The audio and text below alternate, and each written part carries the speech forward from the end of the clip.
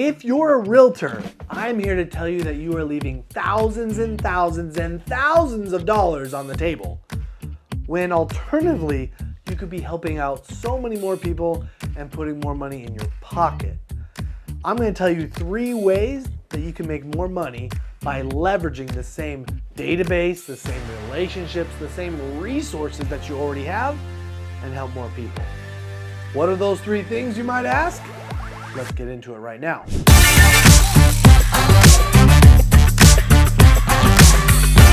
The number 1 thing would be non-qualified buyers, right? As a realtor, your job is you're bringing 2 people together, right? A buyer, a seller. They're doing a legal, safe exchange where they're both happy and the house gets transferred. And you get paid for facilitating and bringing all that together and, of course, doing other things.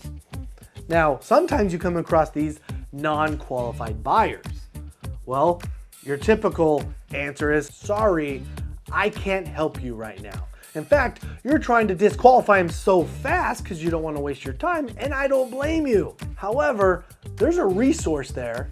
They want to buy a house, and of course, when you help them get into a house, you want to make sure that you do it legally, that you make sure that they can afford it, etc. Which, in these ways, there are ways to make sure that that happens. So how do you put a non-qualified buyer into a new house? Well, there are investors, there are owners that offer seller financing, that offer lease options. And no, these aren't horrible investments, horrible options for these buyers. Yes, sometimes there are those out there that offer 12, 15, 18% like hard money loans.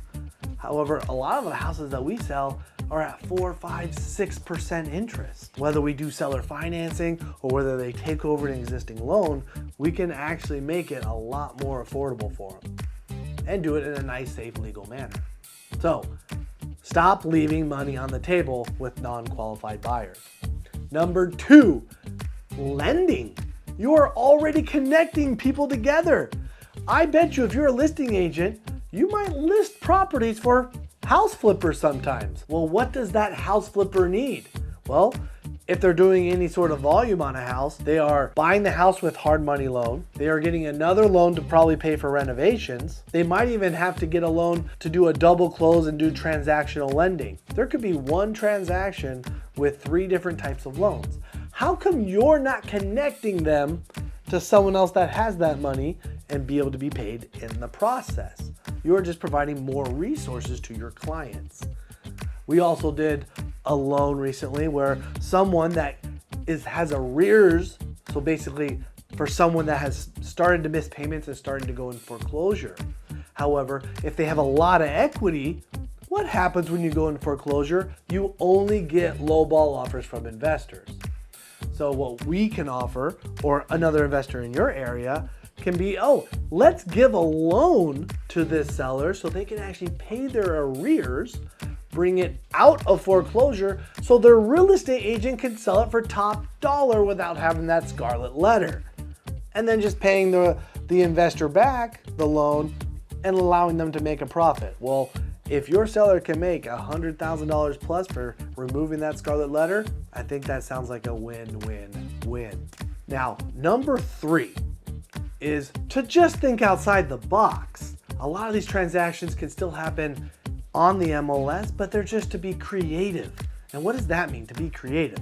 That could be subject to, where if you're the listing agent, you can help a buyer come in and take over that seller's existing financing, because affordability is a giant problem right now, and your seller might have a 2, 3, 4, 5% interest rate on their loan when that new buyer might be at 7, 7.5, or 8%. Affordability is the problem. Now, you might be saying, why can't they just assume it? Well, I just bought a house where the seller had a buyer, they were trying to go through an assumption, and 10 months later, the bank still couldn't pull it off. The buyer walks, they call me, and we bought the house and just took over the loan. Why can't a family come in and do the same thing? So that would be subject to. It could be seller financing. Like I already said, it could be a novation. What if you show up and your client's house is a little bit run down? Well, guess what? As an agent, you know, well, the as-is price is this, fixed up is this, but your seller doesn't have the money. Well, you could work with an investor. They could come in and bring the funds necessary to fix up that house so it's worth the higher amount. And guess what? Everyone wins more. It sells for more, so you as an agent get a higher commission. Well, yeah, you provided more value. The investor makes money by investing their funds. Of course they get a return. And your seller gets to participate and make some of the additional profit as well.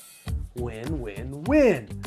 There are so many more things like this, and all you have to do is think outside the box. And you, once again, all you're doing is leveraging your current database, your relationships that you already have, and your resources. It's not going to take a lot more time. You're just going to connect a lot more people, which is all you're doing to sell more houses the traditional way anyways. So stop leaving money on the table, apply these principles, and I promise you will make more money.